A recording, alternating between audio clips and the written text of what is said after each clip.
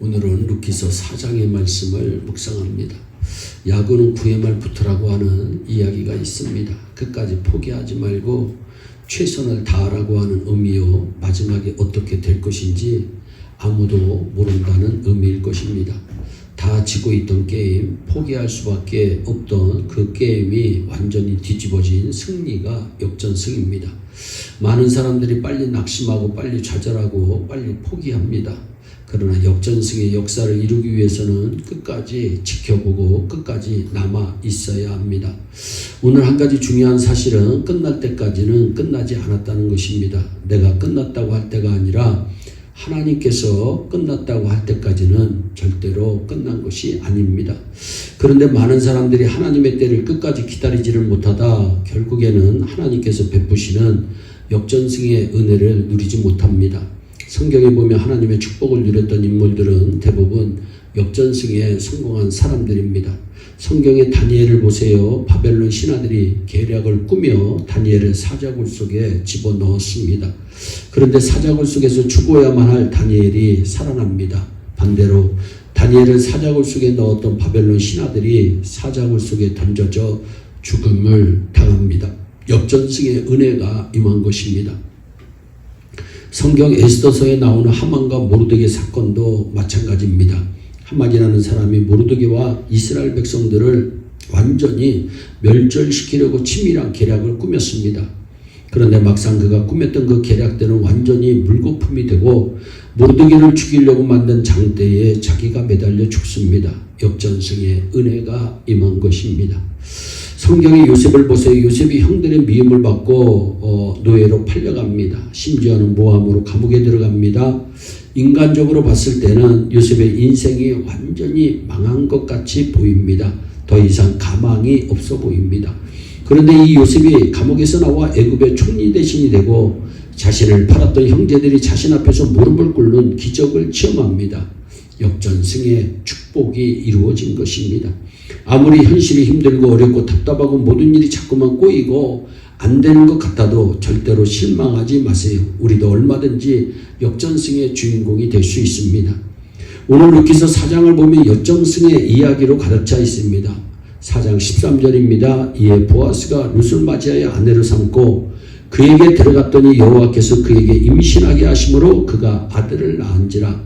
그러자 여인들이 나오미에게 이르되 찬송할지로다. 이 아이의 이름이 이스라엘 중에 유명하게 되기를 원하노라. 아멘.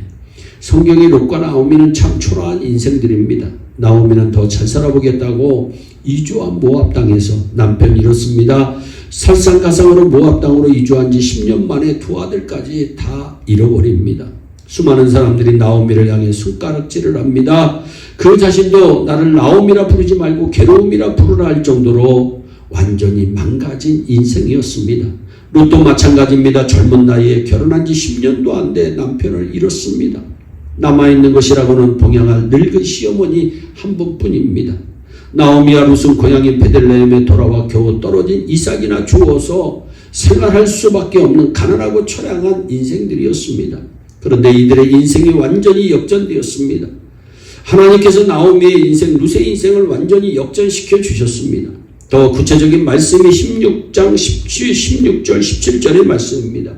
나오미가 아기를 받아 품에 안고 그의 양육자가 되니 그의 이웃 여인들이 그에게 이름을 지어주되 나오미에게 아들이 태어났다 하여 그의 이름을 오벳이라 하였는데 그는 다윗의 아버지인 이새의 아버지더라. 처참한 인생, 초라한 인생, 수많은 사람들로부터 손가락질 받던 비련한 여인들의 인생이 이스라엘 역사상 가장 유명한 다윗 왕의 조상이 되고 심지어 예수님의 조상이 되어지는 축복의 자리까지로 역전이 된 것입니다. 그러면 무엇이 그들로 역전승의 주인공들이 될 수 있게 하였을까요? 하나님을 신뢰하며 끝까지 시어머니를 잘 섬겼기 때문입니다. 루키서 1장 16절에 보세요. 룻이 이르되 내게 어머니를 떠나며 어머니를 떠나 따르지 말고 돌아가라. 강권하지 마세요. 어머니께서 가시는 곳에 나도 가고 어머니께서 머무시는 곳에서 나도 머물겠나이다. 어머니의 백성이 나의 백성이 되고 어머니의 하나님이 나의 하나님이 되시리니. 아멘. 참 중요한 고백입니다.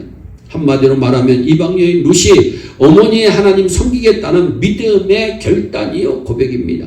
그리고 끝까지 시어머니 잘 봉양하며 하나님을 잘 섬깁니다. 그리고 두 번째는 하나님의 은혜를 입었기 때문입니다. 나오미와 룻이 베들레헴으로 돌아왔습니다. 그러자 온 성읍이 그들로 말미암아 떠듭니다. 저 여자는 역마살이 낀 여자다. 남편이 먼저 죽었다. 저 여자는 이방 여자다. 그러면서 이 여인들을 향해서 얼마나 입방아를 찧었을까요? 쉽게 말하면 인간 대접을 제대로 받지 못했습니다. 그런데 하나님께서 은혜를 베푸십니다. 창세기 6장 8절에 보세요. 그러나 노아는 여호와께 은혜를 입었도다. 노아도 실수를 많이 했습니다. 술 먹고 자식들을 저주한 사람입니다. 그런 노아가 믿음의 조상으로 어떻게 올라갔을까요? 한마디로 말씀드리면 하나님의 은혜를 입었기 때문입니다.